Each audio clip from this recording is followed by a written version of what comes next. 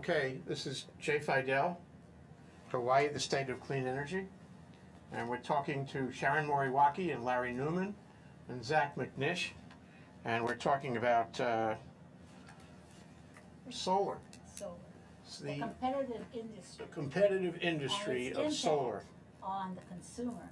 The views and opinions expressed on the following program are not necessarily those of the staff and management of Salem Media of Hawaii.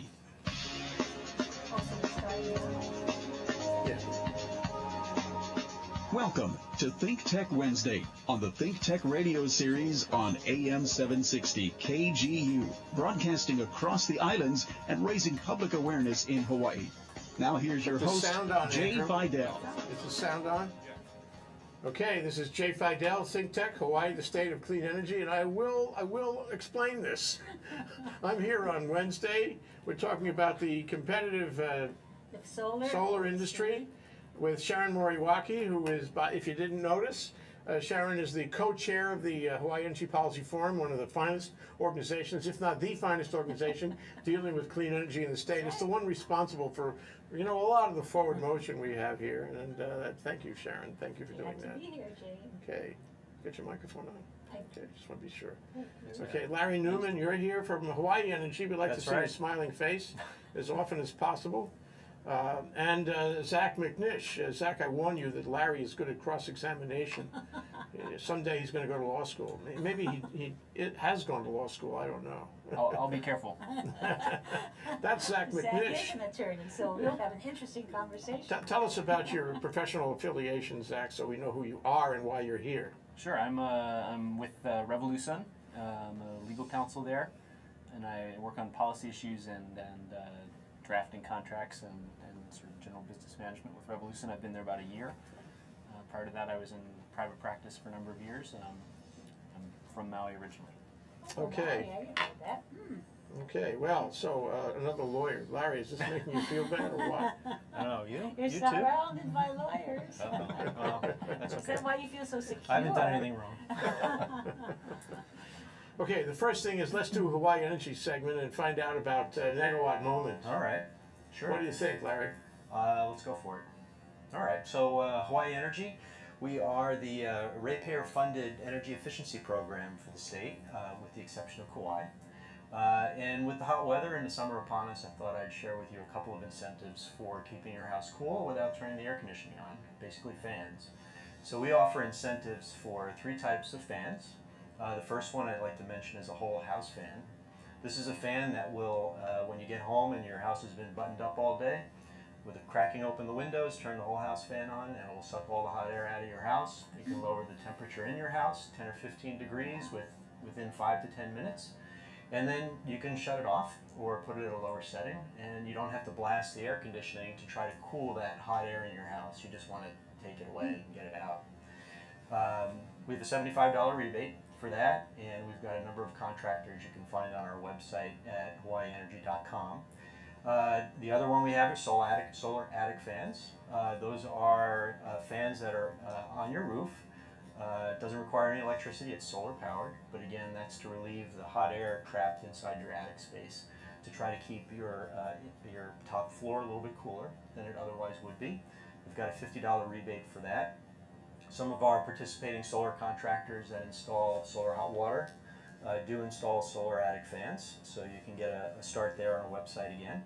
And finally, we have ceiling fans. A lot of folks have ceiling fans. There are Energy Star ceiling fans and non-Energy Star ceiling fans. So we have a $35 rebate for Energy Star ceiling fans. They use about 20% less electricity than a non-Energy Star ceiling fan. And one of the features that help make it an Energy Star ceiling fan is that it uses the appropriate CFL lighting within the fan rather than incandescent. So that's it. You can call us toll free anytime, 877-231-8222 from the neighbor islands, or give us a call here on Oahu at 537-5577.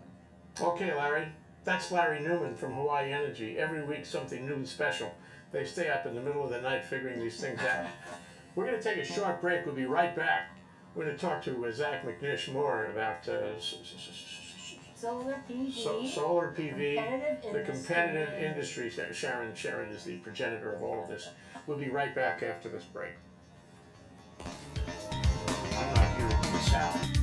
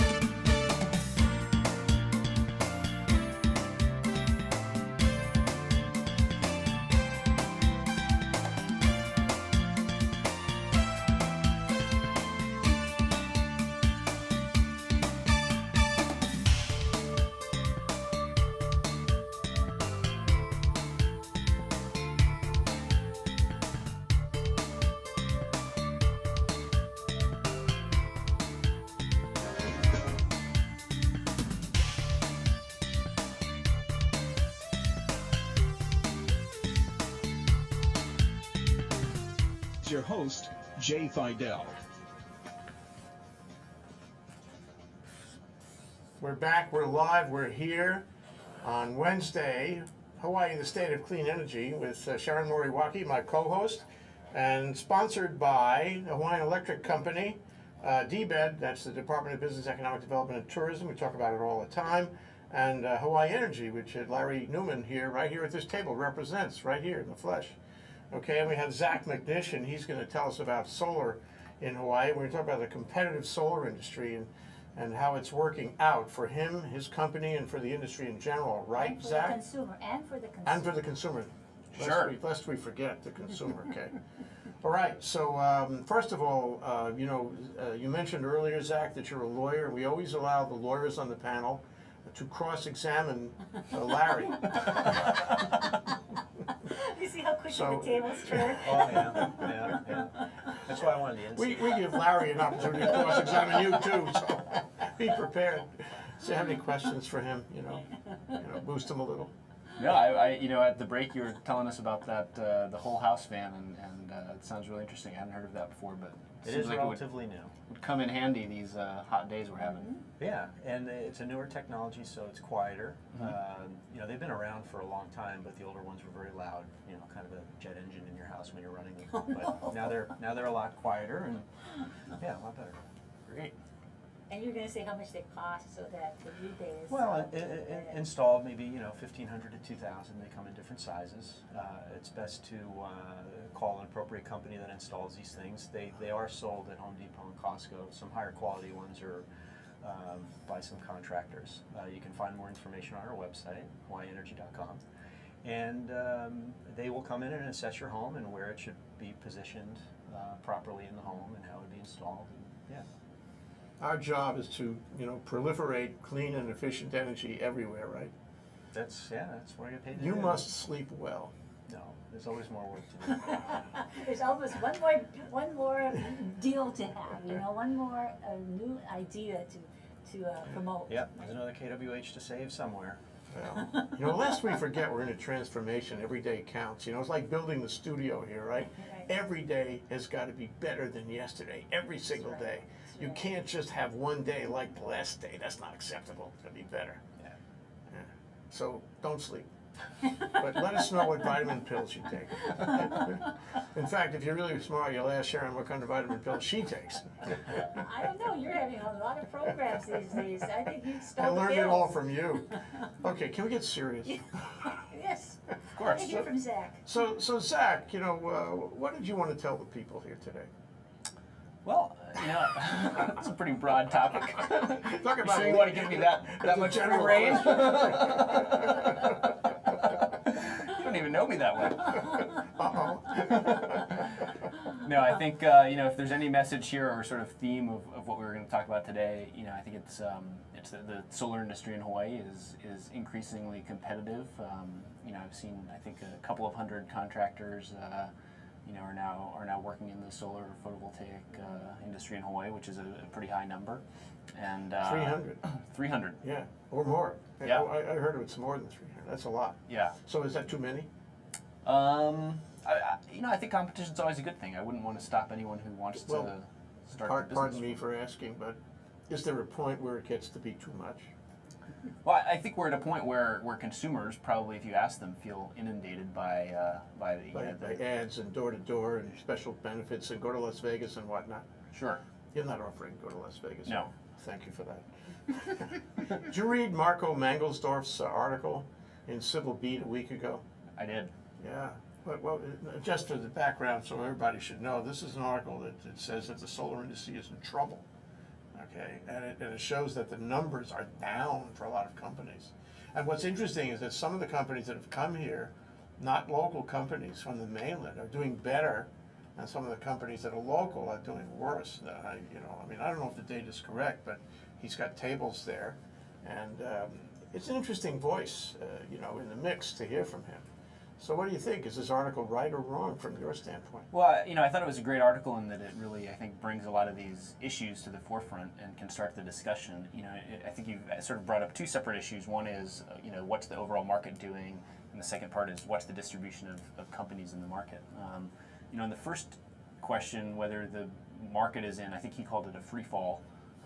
That may be an overstatement, but okay. I would disagree with that. Good. I think the market is strong. And if you look, he's got some interesting graphs in there, and I would encourage people to take a look at those. But what you see actually is a spike from in 2012. At the end of 2012, you see a pretty sharp spike, and then you see a quote decline in the beginning of first quarter and beginning of second quarter of 2013. And why? Well, I think a lot of the spike of 2012 was 2013 business that was pulled into 2012 at the end of the year by the states. Because of the risk of losing the tax credits. Right, and in particular, the way that risk was announced to the public, you had these sort of pre-announcements by the Department of Taxation that they were intending to reduce it, and then they did reduce it, and so people really, for a relatively long period of time in 2012, from say August of 2012 through the end of the year, we're really wanting to beat the end of the year deadline to get the higher level of state tax incentives.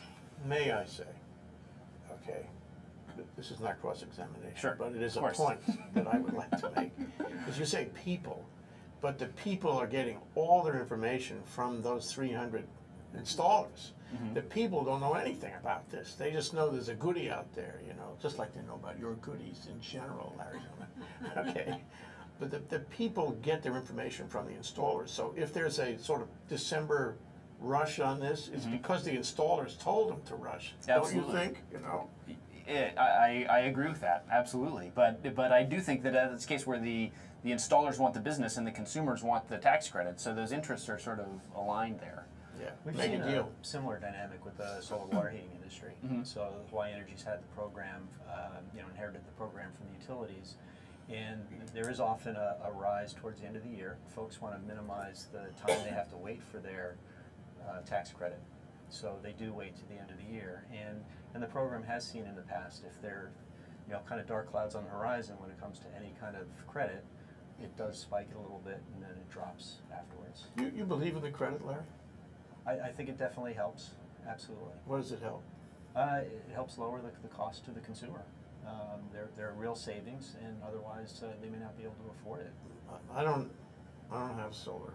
Sorry. Maybe if I had solar, I'd come to you. I appreciate that. I know you wouldn't. But I don't have solar, so I get to pay, okay, for this credit. So I'm not all that enthusiastic about it. If I don't have solar, I'm not sharing any benefit, but I'm sharing the burden. Well, you are indirectly benefiting. Why? Oh, this is a good one now. Let's hear how this works. Well, from the efficiency program, as a society you are, because we are able to reduce our consumption of oil. We are able to avoid investment Has into that benefit. infrastructure, because otherwise you would end up paying. If the island had to build more infrastructure, burn more oil, you would end up paying. Everyone would be paying a little bit more. So you're saying, and really I'm interested in this answer, so you're saying that the cost of the tax benefits, okay, is less than the cost of the oil that I would be paying for, I guess, from generation from Hawaiian Electric. Okay. That I wouldn't be able to answer. But in I mean, terms that's of the question. I mean, there That's are the three comparison components. you make. For a solar thermal system, there are three components. Two of those are credit related, and one is the rebate that we offer. So I can clearly say that rebate offer is making a difference and benefiting society overall.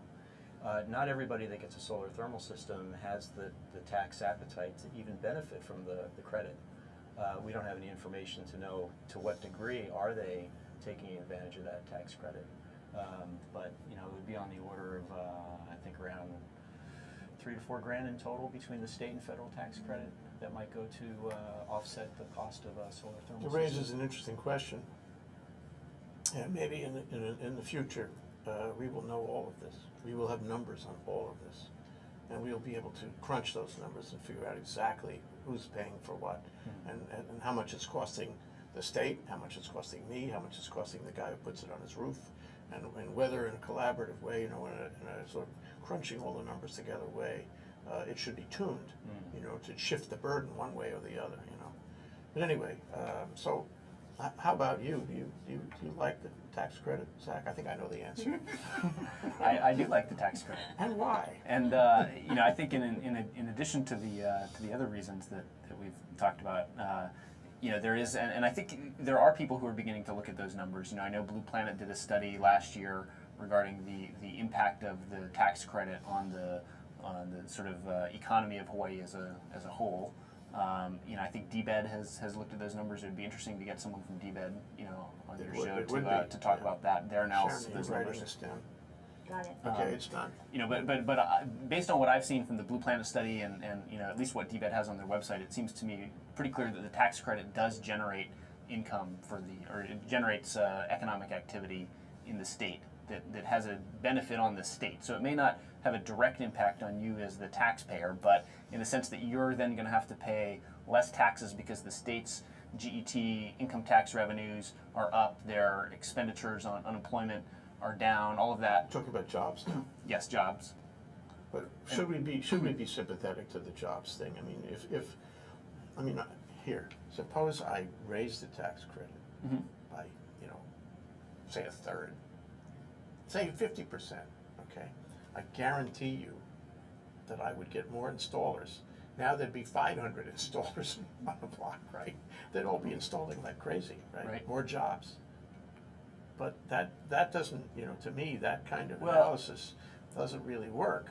I don't care how many people are actually employed in the area. I just want the whole energy picture to be right, Right. what you were talking about earlier. Right, and I don't think that a doubling of the tax credit is necessarily the right answer or anything like that. I mean, you want the tax credit to be enough where it provides that additional incentive to consumers to purchase solar, right? I mean, the whole purpose of the state tax credit is it's not a jobs, it's not for industry, it's not for consumers, right? It's to help Hawaii meet its clean Exactly. energy goals. That was the reason the tax credit was Yes, passed. amen. Nice of you to say that. You want to say it one more time? Sure.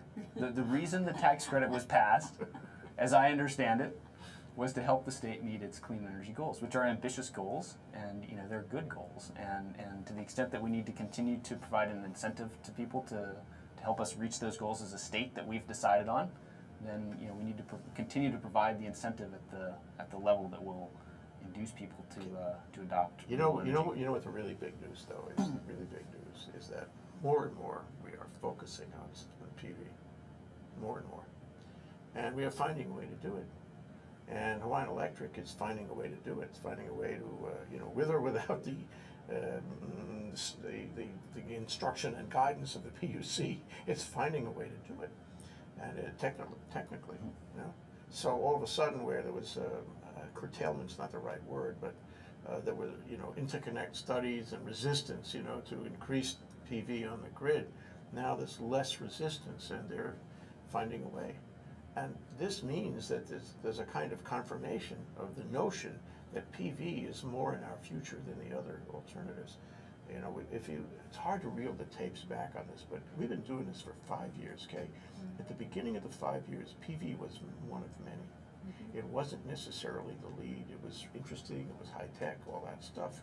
But there was wind was a big feature. Big wind was a great prospect. Geothermal, big deal, right? Ocean energy and Cynthia Thielen, all that, right? But now, you guys have emerged. And I say to myself, why didn't I start an installer company? It's gangbusters, and for good reason. It's the favored technology. It's the one that's emerging as our lead technology, our salvation, if you will, in making the transition actually work. You must feel good about that. I do feel good about that, and I think that for a lot of people who buy solar, I think they feel good about that too, and I think that's one of the reasons why solar is being adopted, because it allows people on residential homeowners on an individual basis to be able to participate, feel like they're doing the right thing and making a contribution, And saving money. and saving money, and also just from a sort of physics standpoint. It just makes more sense to the extent you can generate electricity close to where it's being used. It just makes sense to do that. What about storage, I mean, this is sort of inherent in what I was saying before, but we used to think, and to a certain degree we cannot deny, that you can't do solar at night. If anybody here feels you can do solar at night, I want that person to speak up now. Larry? Solar thermal. At You can night? have hot water all night. Okay. Your hot Oh, water you're talking tank about is a hot water. battery. Okay, touche. He is a lawyer, he's just not saying it. But if there was, you can't do solar at night, and that's a given. And if solar is becoming more and more important to us, what are we gonna do? Remember, Sharon, you and I, we had this interview with this young woman on Lanai, high school kid, right? Oh, that's right. And said, you want solar all over Lanai, you don't want wind on Lanai. What are you gonna do at night? You won't even be able to watch television, nothing. And she said, Storage. oh, it's okay. We'll go to We'll sleep early. That's right. Sure she will. Sure she will. But what about the nighttime? I mean, what do you propose there? I mean, if solar indeed is going to be, our main thrust here, what are we going to do about the nighttime and storage? You guys working on that? Larry, you and I could go into a little company with little transistors about that big, and it would hold a lot of energy, okay? And we would bundle thousands of them together in a little box, and we could be way ahead of the lead acid game, right? We'll need a good lawyer. We'll need a good. We'll make Bill Gates look like a piker. You know? Hold that thought. So what do you think, Zach? I think storage has been the bogeyman for a long time, and there's a tremendous possibility there if we can develop storage, and hopefully we will. I'm hearing the sound of music. I love the sound of music, and our theme song especially, and that means we're going to take a short break. We're here with Sharon Moriwaki, my co-host, Larry Newman from Hawaii Electric, Hawaii Energy, and Zack McNish, a solar man. We'll be right back after this break. 760.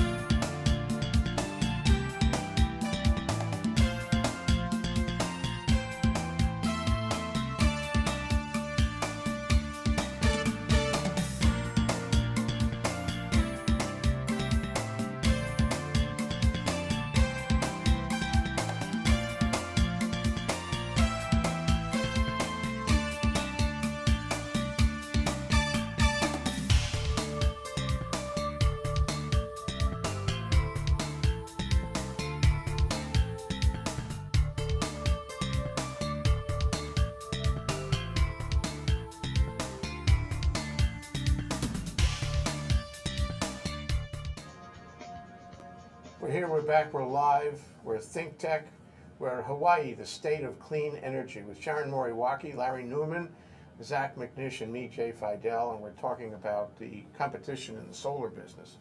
So, it's competitive for sure, and people are offering trips to Las Vegas, which actually makes me nervous, because if you're offering a trip to Las Vegas, there's two things happening there, and based on all your education, Larry, you could comment on this economically. Number one is what's happening is very competitive, and so people are really digging deep, or there's a lot of profit, there's a lot of beef in those prices that they can afford, that the solar installers can afford to send me to Las Vegas. What do you think?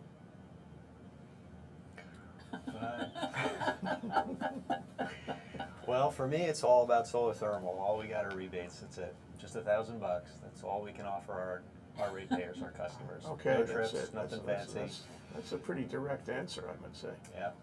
And we hope we do that. They consider solar thermal before they consider PV.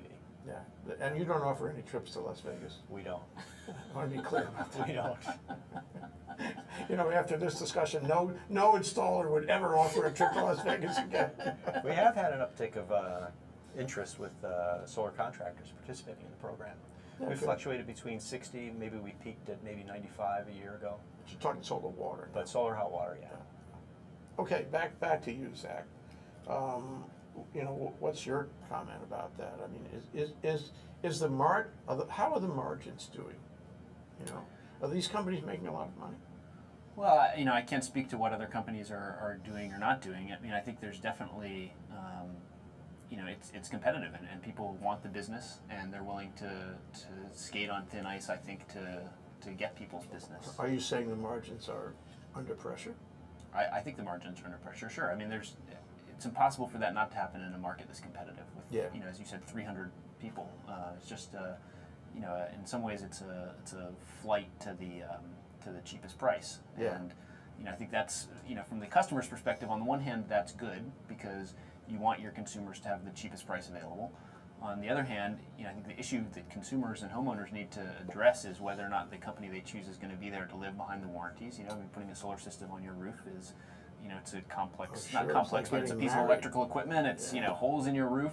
Yeah. Is your company that you're going to be around It's your in essential. 5 years? Yeah. Are the components that you choose going to be there? You know, there's still a pretty broad spectrum of panels and inverters that are, you know, made in different places and made in different ways, and you know, we've had some really big companies go under, or, you know, Suntech, big Chinese company, is in bankruptcy in China. Really? Are they still producing? I think they're still producing panels, but they're you know, not paying off all their bonds, and are, you know, being sued in New York, and some action against them in China. So there's a lot going on with them. You think that's a result of the tariff on their their exportation to the U.S.? Yeah, you know, I'm not an expert on that. I think it actually has to do with other countries. Other countries not wanting to buy Chinese panels for similar reasons of the U.S. tariff, and that putting pressure on the modules that are assembled in Taiwan are in more demand. So there's simply less. You know, they're less able to move the Chinese-made, Chinese manufactured. It's an international question. It is. It is. Okay, sorry, I interrupted. Which is to say, consumers have a lot of choices, but you know, it's sort of it's great that they have those choices, and it's great they're getting a lower price. On the flip side, I think it's a lot of noise for homeowners to sort through, and a concern that, you know, it does matter which contractor you pick to install your system. Well, you would say that because you've been around for a long time and you have a quality product. That's why you would say that. Absolutely. And we appreciate that. But it sounds like to me, I mean, objectively, that in a market where there are 300 entries or more, and some of them are brand new entries, and some of them are unknown entries, and some of them send you to Las Vegas entries. I don't know who that is, by the way, but I think I wouldn't do business with a company that would send me to Las Vegas. You know. You got to really be careful who you deal with, because some of them are completely unknown, and you really do have to be sure that you've done your homework about the quality of the company. But that's my question, is that because of the competition at low prices, are there standards so with installers, and you can say, okay, even if I went with A or B or C, even with the Las Vegas trip, that I know that there's quality that's coming out of that, even if it's That's a low good price? question, Sharon. Yeah, I think that, you know, one way for homeowners is to try to get an apples to apples comparison, right? And so, you know, to the extent you can look at the material components of the system, you can evaluate, you know, is this panel, is it going to produce the same as the panel being offered by this other company? And those are sort of, I think, quantifiable differences between the materials, the actual solar panels and the inverters that are being offered by each company. So one company might be offering a panel with a 5-year warranty. Another company might be offering a panel that comes with a 25-year manufacturer warranty. You can sort of evaluate those differences. You can look at the power production of the panels in You the want me system. to do that? Me, I don't know anything about this stuff. Well, Yeah, I think I that's wasn't the assuming price all you that. pay for going, you know, for trying to get the lowest price, which is a good thing. There's got to be a better way. I mean, for example, I recall, you would know about this, Larry, I recall that in the solar water business, That's right. HECO would come and look, right? Well, we Hiko do would- that now. So Well, HECO does, right? Hawaii Some- Energy Now they does. do, 'cause Hawaii, it's oh, that's energy right, Yeah. you took that function away from them. Since So 2009. you come and say, oh, this is a good installation, you did it right. Right. Isn't that true? So to Sharon's point, participating contractor, it does meet that grade of standard. professionalism, that standard. So whether or not you choose contractor A, B, or C, if they're all a participating contractor, you should be confident that your system that's installed is going to conform with the standards and specifications of the program. It's going to be constructed of equipment that is mentioned, explicitly outlined in the standard. And qualified people have made the installation. Right. Remember, Sharon, we went to the unions, and the unions had all these classes Mm-hmm. in how to install these All the things. Unions involved. But Yeah. my question then, so And then turning the it program from, will inspect it. okay, that's valuable, Yeah, but I don't know if that post exists with PV from the PV installer. Is there a program like that? First of all, the city and county inspects, right? We have to get an electrical permit, and that permit has to be closed by an inspector, and HECO also has to ultimately approve the installation. So there is certainly a baseline. But So I'm the looking utility- for a way that I can do my research in advance to Right. make a selection. So for example, if Syneptric is part of a group, that is qualified, everybody believes in them, and I can look at a website and see, there's a good one, there's another good one, then that helps me because I can do my research. Sure. But Larry has 90. So surely there are differences among those 90, just as there are differences among the 300. You know what we need? We need a rating website, like That's right. That's Emily's it. List kind of thing. I'm sure it'll. It sure will come over. I'm sure it'll- It doesn't exist surface. now, though. So do you do that among your contractors, 90, or you just say, We- okay, they're all we make don't. the standard and that's Hawaii it? Energy's contractor agnostic, as long as they make the requirements of the program. What we're interested in is reliable, sustainable energy savings. So the standard specifications, those systems are being built to last at least 15 years if they're properly See, maintained. what I want to know is when I make my decision, and I will one day, I will, I'll be calling you. I'll give you the card. Please. I want to know who the big guys are. I want to know who the reliable, I'm marrying the company for 30 years or whatever, right? I need to know this is going to be the best product I can get because it's a long-term deal. I don't want it falling apart. I don't want the company falling out of business. I want this to be the best that I can get for my house that I love so dearly. And right now, it's word of mouth, isn't it? It's word of mouth. Which we need more than that. We need more than word of mouth. And we certainly need more than advertising because you can puff all day on advertising. That's the one they teach you in law school, Larry. Puff all day. So I of know the your three- secret. So I want to go back to the 300 companies. So there isn't something like a Larry, Hawaii Energy that looks at all the 300 plus PV installers to say this is the minimum standard, or is it just when HECO comes in and says, oh, you meet it or you don't? There's not that I'm aware of, but I think that some companies are having the permit be closed by the electrical inspectors is definitely something Let's that's say after the important. fact. What about the Hawaii Solar Energy Association? Do they have a rating system? If a company belongs, should I have greater confidence in that company? If a company doesn't belong, does that mean I shouldn't have so much confidence?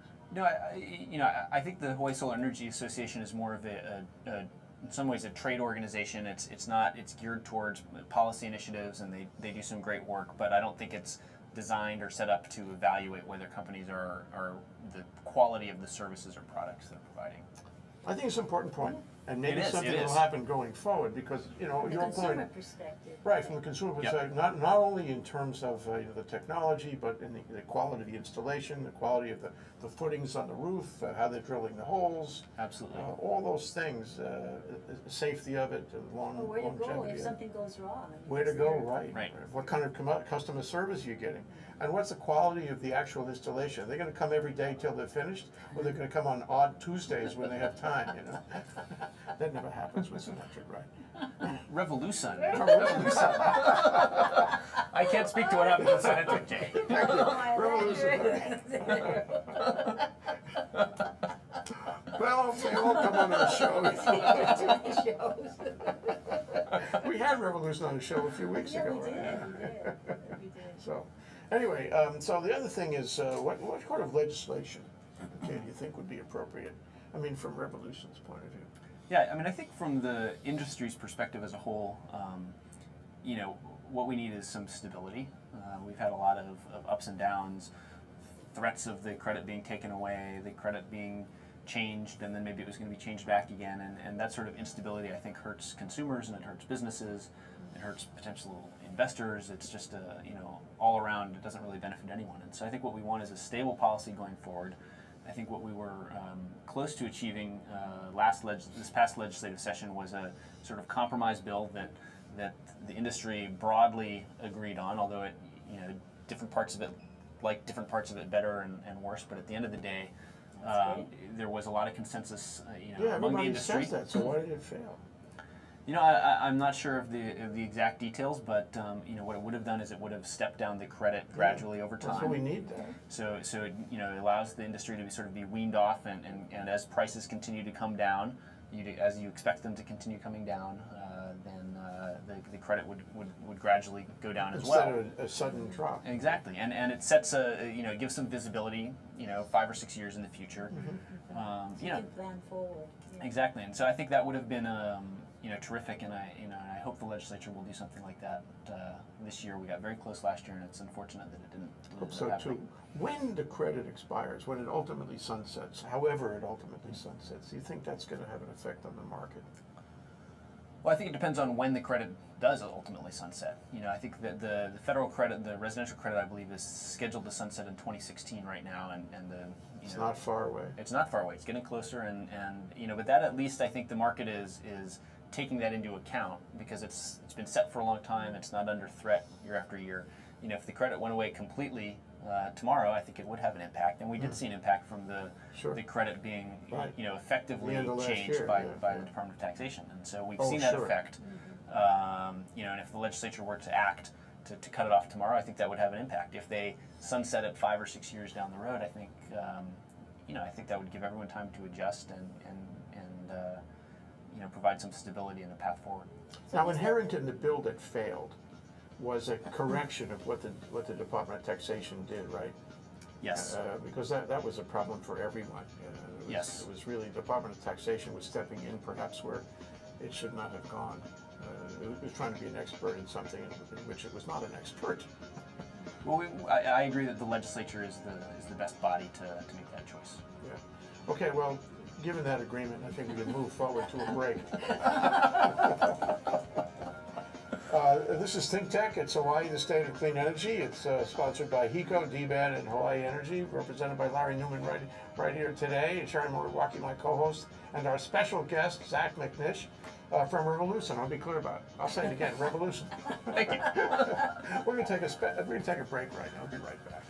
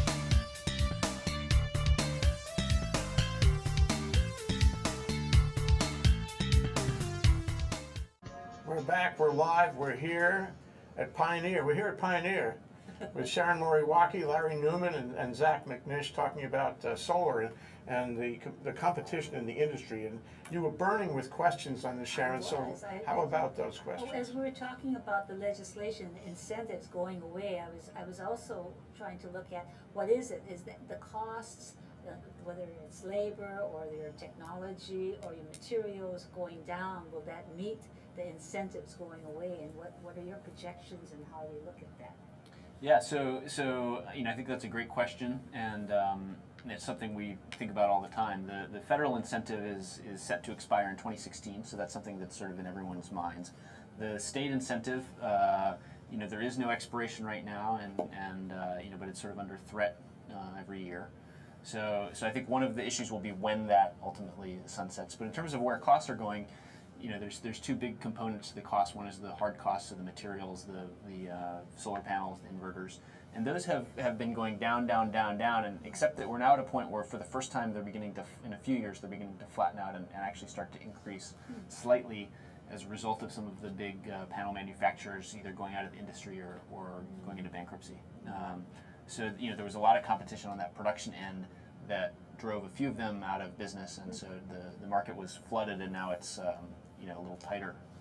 On the soft costs, really, that's I think where there's a lot of room to bring down costs further, and that's part of that is developing ways of installing faster and better. Part of it is in terms of streamlining permitting processes, streamlining financing process, all the things that take time and money and effort for either people in our company to do or for homeowners to do or that banks charge fees for. So all of those things are costs to the homeowner right now. And I think there's a lot of room to bring those costs down over the next couple of years while the credit's still in place before the credit expires. So how is on-bill financing going to affect the industry? Yeah, I think that's a terrific question, and the short answer is I don't know. It's very succinct. But I'll go on a little more to not disappoint you. We have seen the development of more and more readily available leasing products, which make solar more accessible. So anything that you can do to allow a homeowner to not have to pay the entire cost of the system up front is a good thing, because it makes solar more accessible to people who don't just have $30,000 or $40,000 sitting in their bank account to pay for a solar system. And so if they can spread that out over time, whether it's through a lease to a leasing company or through essentially financing it through their utility bill, which is what on-bill financing does, it's a great thing. In terms of Hawaii's on-bill financing, the bill that just passed last session, I think that I think it's working its way through the PUC and DBIT. I think everyone's got a little piece of rulemaking to do to figure out what the actual details are, but I think it's a terrific thing for ratepayers and homeowners, and hopefully it'll move forward quickly. It's supposed to come out in January, didn't it? That's right. Me and Marita said it was going to be available. There are a number of working groups working on it presently, sure. Yeah. Well, I hope it doesn't get tied up in one of those interminable group discussions. We do have those. They have a deadline, I think, before the session starts. They'd like to say we've got it going. Yeah. But I think Zach was on point with that. There are a lot of options out there already. I don't think they're going to go away. Right. Beyond on-bill financing. The non-on-bill, right? Yeah. So like loan programs? You mean? Loans, like Hawaii Energy introduced a solar interest buy-down offer, where you could take the rebate and instead of it buying down the cost of the system, it would go to a participating lender, and you'd have a zero or low cost interest loan. It doesn't reach bill neutrality, which is what the on-bill financing is aiming for, but it would allow someone to have a system that's more affordable if they don't have the cash to pay for it. So that option is still out there. There are some folks that still use it. Even with on-bill, people may still opt for that. I think at least at the beginning, on-bill is hoping to reach some of the harder to reach demographics that may not have those financing options available. What was it? HB 1078, as I recall. It was the on-bill financing bill. 1078. Yeah. Anyway, so I think the remarkable thing about that is it's not what was originally contemplated when it was Blue Planet came up with it 2-3 years ago. It's more than that. It got to be more than that. It got to allow DVED and the PUC to authorize large loans for large facilities, and all of a sudden now, I mean, it's not only just PV either, but conceivably, Energy efficient appliances, a lot more, right? well, It's but initially solar farms, thermal and Solar. efficiency. right? Excuse me, and PV. Yeah. It could be large facilities, and that's my point. I mean, for example, I don't know if we went together, but there's this thing out in Kapolei. It's built on a toxic waste area, and it's a large PV. Hoku built it, and Forest City was opened about a year ago. It was big, and it's a commercial farm, and it seems like that there's a place for that, but it's hard to finance it. I mean, and if, for example, RevoluSun was going to do that, they'd have to find a way to finance it. Well, this 1078 allows for financing arrangements for commercial projects like that. So all of a sudden, there's all kinds of new opportunities, especially for PV, but not only PV.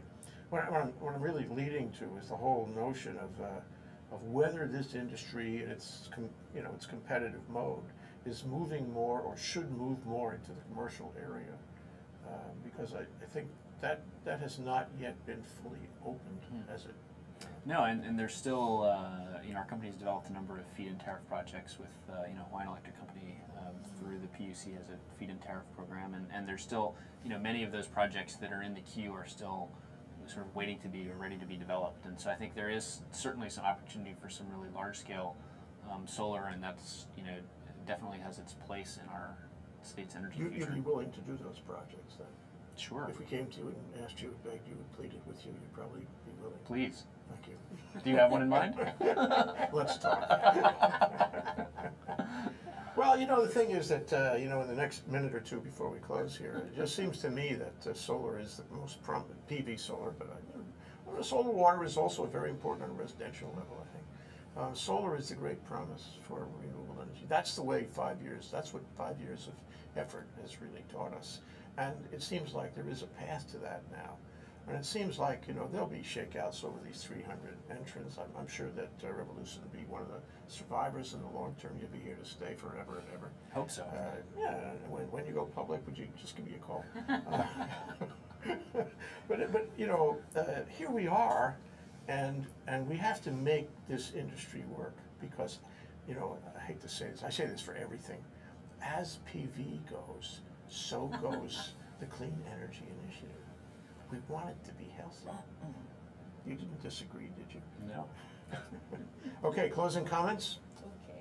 Well, I think that the positive is that when we started, PV was just a floundering kind of, thought.